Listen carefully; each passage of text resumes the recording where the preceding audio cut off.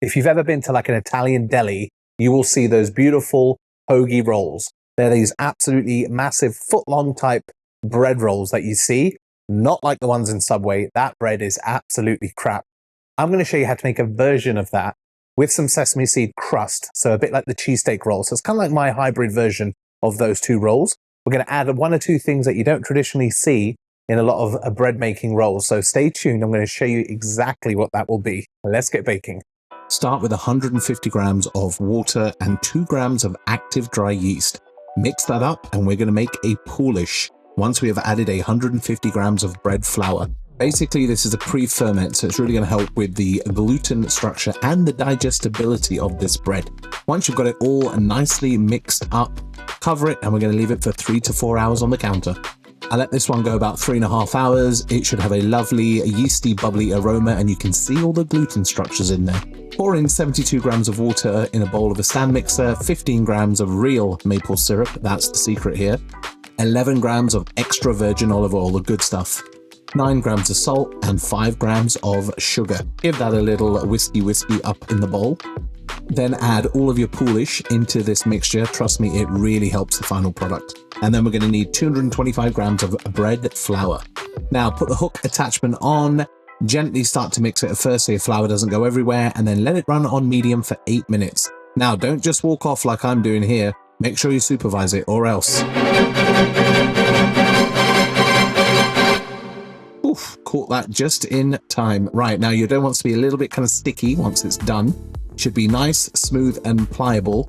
A little bit of flour on your hands and just work the dough for a minute or two. You can use a bench scraper too, it helps. And it should be nice and silky and smooth. Give it a little spank once it's done, just to make sure it doesn't stick to your hands.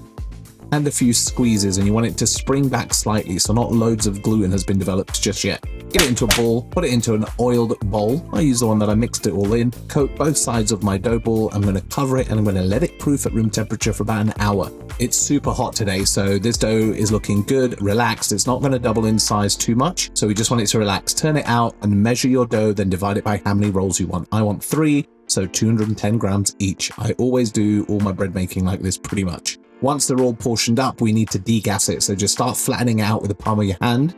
Get yourself a rolling pin, and then we're just gonna roll it out into a rectangle. If it sticks a little, just add a touch of flour, nothing too crazy. And we're just trying to get the bubbles out. We're about 6-7 inches across, a couple of inches high, something like that, looks about right.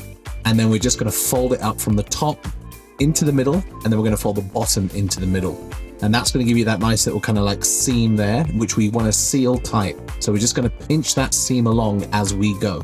Make sure it's all sealed up nicely, otherwise your kind of dough might just unravel itself as it's baking. A little bit more flour on the top, use a bench scraper if it's stuck on the bottom, roll it over so it's seam side down, and then just roll it with your hands and stretch out a little bit. We don't need to go to the full 11 inches just yet. We basically just gonna do around 7 to 8 inches, and we're gonna put it onto a baking sheet with a bit of parchment paper, cover it and move on to your other rolls. If you haven't got a rolling pin, you can also just do this with your hands. Just use the palm of your hand. You know, with this roll, I haven't made this in years and years and years, so I'm not expecting this to be absolutely uniformed. So if it's a bit rustic, just go with it. Just make sure you have a bit of fun while you're doing it. Don't get stressed out. It's just a bread roll. Once you've got it like that, you see how I did it with bench scraper. You can even use this technique and just use your kind of thumb and tuck it in as you go, and just give it a little tap, tap, taparoo. And then again, just roll it seam side down using your hands, stretching it out as you go.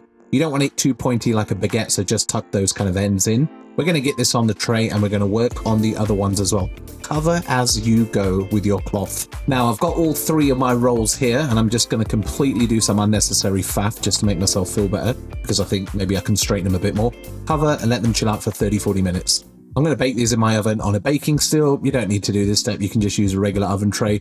And I need something oven proof in the bottom because I'm going to dump some ice in it. I'm going to get my oven heated up to 450 Fahrenheit. Whatever that is in centigrade, I'm sure you can work it out with Google. It's about 230 degrees C. So let's check our bread. It's been about 35-40 minutes. These look really nice. They should have a nice little pushback and spring like that. Very nice indeed. We're going to need some sesame seeds, completely optional. Egg wash them, or you can use water. And in hindsight, it would have been better to just put the seeds on top, but I like to make my life difficult. Don't know why. And I'm going to dump the bread egg wash side down, so hopefully it sticks some of those sesame seeds. put that onto your tray and we can stretch out the bread a little bit just to get those extra couple of inches. A bit more unnecessary faff to try and straighten them up a little bit, and then we're going to cover and let it proof again for about another half an hour or so. So let's see how they look after about 30 minutes. This is the final proof. Yep, a bit more unnecessary faff just to make myself feel a bit better because they're not completely straight. And then let's go straight into the oven. It should be nicely preheated. Carefully pull out your baking steel. And then we're going to somewhat daintily slide this on without burning ourselves. And yeah, be careful. Get it on, give this a little close, and then we're going to put some ice, however much you want to do. I've got about a cup or so in the bottom. That's going to create steam. We're going to bake it for about 15 to 18 minutes in total until you've got a nice little crust like this. You don't even need to bother turning these. Don't worry about it. It's all good. And then we're just going to put that onto a tray, and they look pretty good to me. They smell pretty amazing. Get them on a rack because we want to cool them down. And there you have some beautiful hoagie rolls. Trust me, once you know how to make these, sandwiches are going to be very different in your household. Whew, these smell fantastic. Been baking for about 15 minutes. We're going to let them cool down on a wire rack. They might not be absolutely perfectly straight. That's because I haven't made these in probably 6 to 8 years. And that's the thing with bread work and dough work. When you don't do it all the time, you lose touch when it comes to the feel and the shaping. But after a few more tries, a bit more consistency, you do get it back. But I'm actually quite happy with these. There's a nice kind of like rustic charm that you made them yourself, nice and homemade. Look at that. They should be nice and hollow as well when you tap them. So that's the sound we want. We're going to let these do their thing and cool down as much as I want to eat one right now. Ooh, they do look good. Oh, beautiful. Look at that. Nice and springy. Hello. Please film me. Bread that talks. You can see it's nice, spongy, really, really nice. Smells amazing. These have come out pretty good, even if I do say so myself. The joy of the Polish. Let's give it a little taste. Really soft, really spongy, really delicate crust. It's got a little crunch to it. Really nice with the sesame seeds. If you want it even crispier, put it in the oven a few minutes longer, or before you're going to serve it, just put it in for another 5 minutes just to crisp it up a bit more. That's going to be perfect for the sandwich that I'm going to make. Let me know in the comments below what your favorite sandwich is. But we are going to make a sandwich with this in our next video. So my friends, please like, comment, subscribe, and I'll catch you all on the next one. So tasty.